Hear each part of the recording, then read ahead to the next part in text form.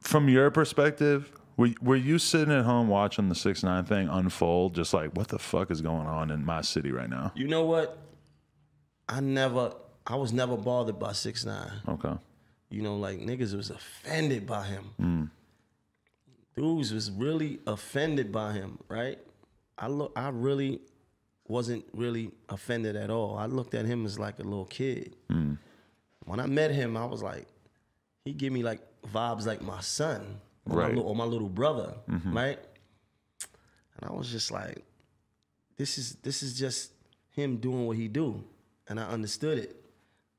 What made him bigger and what made it snowball was the fact that people kept chiming in. And you know, sometimes the best thing you could do to somebody and the simplest thing to do is to ignore them. Because then they don't have no effect on you. But everybody wants to get in on the clout, whether it's talking shit about them or aligning with them.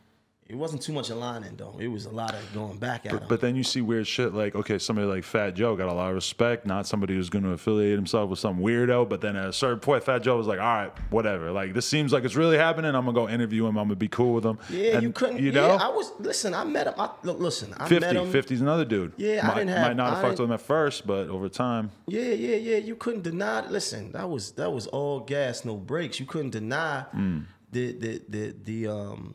the stardom and or the power that was coming from it, right? And the influence that was coming from it. I met him a few times, and we was cool.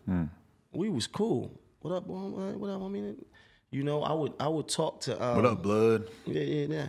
I would talk to Shotty though. We would talk, you know, and I would share with him some advice that I felt like that he needed.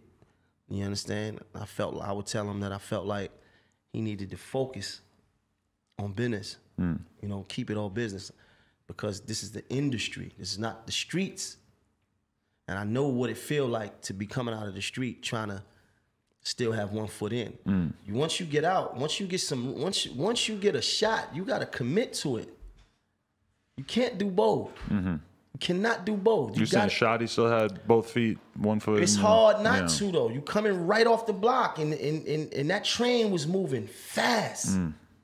It's hard not to. You're gonna be who you are. You spent all these years being this person, and then how can you change just like that? So it's hard not to. You still riding a certain kind of way. You still doing certain kind of things, and you still dealing with your issues the same way.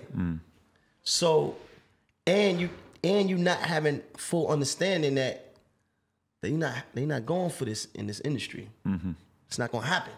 Yeah, it was crazy to watch just because you know that like there's always opportunities for young rappers to align themselves with gangs and shit like that, and usually they are pretty smart about it. They don't go all the way in. Right. And that was a weird situation to watch unfold where you had a bunch of legitimate gangster dudes who wanted the money, wanted the clout, wanted whatever, or maybe felt like they could trust this kid. Maybe felt like, shit, he is from Bushwick. Maybe we could fuck with him.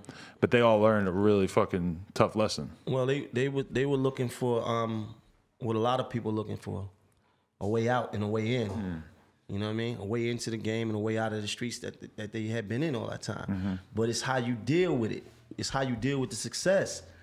Some people, you can't get in the game and then try to act out your gangster fantasies. You can't be something more than you was before you left. If you're gonna put your executive suit on, put that suit on and wear that suit.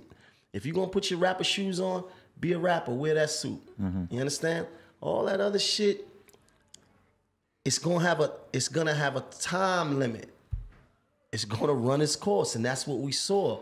That's the fastest growth we ever seen, and that was the fastest destruction we ever seen. So when you think about it, when you think about the dudes that was around, was getting in the game even worth it? Might have been better off just being on the block again. Yeah. Might have been better just never even running into the guy. Just not being famous in general. Just not ever. If you're a gangster, you should avoid fame. Hey. If you plan on staying a gangster. This is what I'm saying. You gotta put whatever the hat is on, and you gotta commit to it and be that fully. You You understand? It's kind of this sinister thing that happens now, though, where it's like I'm sure 6ix9ine did all kinds of stupid, fucked up shit once he was famous, but now it's like you get famous and then they do all this weird surveillance shit and they figure out what you did before or like 6 months before you were really popping, and all of a sudden all that shit's on the table now, too. Of course. So you talking about like that rape case and all that other shit? Well, that was all before. I'm talking more about the fact that there was just all kinds of little like, well, I don't even know what the specific examples are for 6ix9ine and shit, but there was just all kinds of little things that they ended up charging Shotty with and shit that yeah, a lot of that is bullshit. I think that most of that case is based around, you know, their relationship once the fame came. Like that's what most, because I looked at a lot of that. Oh, he didn't really know him until he was famous. That's my point. They ain't know him at all. So a lot of that stuff they talking about they had before that was. I mean, the local precinct know all that. Like that shit was nothing. Like the feds wasn't watching them before. What do you think his career is gonna be like when he comes home? I think he gonna make music for the people that love him, and I think there's a lot of people that love his music. They haven't stopped playing his music. You don't think? I feel like they don't play it like they used to out here. Nah, in New York they play it. They play it all the time. You understand? Like what he did don't stand right with me. But I'm not the gatekeeper of that. That's just my opinion. I don't fuck with that. But that's just, he ain't doing it for me neither, though. If this was Maino 10 years ago, though, how do you think you would be reacting to it? Not the same way. I still wouldn't fuck with it. See, I'm out my business, though. But you think you'd be on Instagram wilding out about it right now if it was 10 years ago? I might have been talking slick. You might have had a few World Star reposts. Might have been talking. Might have been making fun of it. Right. But it don't cost me nothing to mind my business, though. So at the end of the day, like, he gonna have to deal with that. But like I said, nobody cares about him snitching. His fans would have probably done the same thing. The people that like him, people in the regular world, they don't live like and have the same values and morals as I have. They don't have the same code as I do. And I'm mature enough to understand that. Do you think in a weird way, as much as 6ix9ine made a shitload of fans and presumably like let them down in a lot of ways by getting arrested and snitching and everything, but that might actually, what happened to him might actually be a situation so extreme that a lot of these young kids are actually able to learn something from it? I hope that. You know? That's what I hope. Such an extreme example. I hope that's not the way to go. Right. You see, what messages are we sending? Do we want to have my kids believing that they gotta go about it like that to be successful? No. And you see the example. See that the federal government is not gonna play. They're gonna make you an example. And that's the message that they're sending. You think we gonna let you out here scream all this gang shit and have these kids in middle America with this gang shit? It's kind of crazy talking about Treyway. To even think that the cops would have let you get away with that. If you had never broke a law in your life, maybe they wouldn't be able to put nothing on you. Even if you had never broke a law in your life, they're still gonna find something to put on you if you're running around promoting gangsterism that much. What's so crazy about the thought is the thought that they thought that they would get away with it. Right. That's even crazier. That they thought they could just do whatever they wanted to do. In New York City, it's a fucking surveillance state these days. But the profile is too high. The internet is too important. Social media is too embedded in our lives. You getting 10 million views telling niggas to suck your dick. And I'm a blood, and nobody gonna do nothing to me, and fuck everybody. Fuck Chicago and fuck LA your mother, and every rapper from both of those places. See, shit like that is too disrespectful for me. Yeah. Facts. I can't.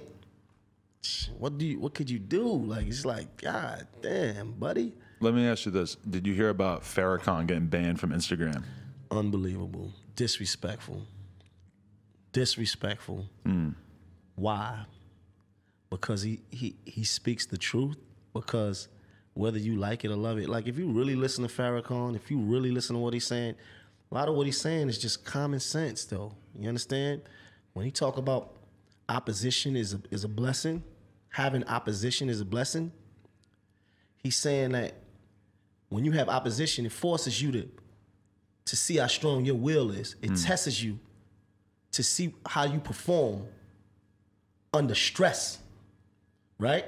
So when you shadow boxing, you just shadow boxing. Mm-hmm.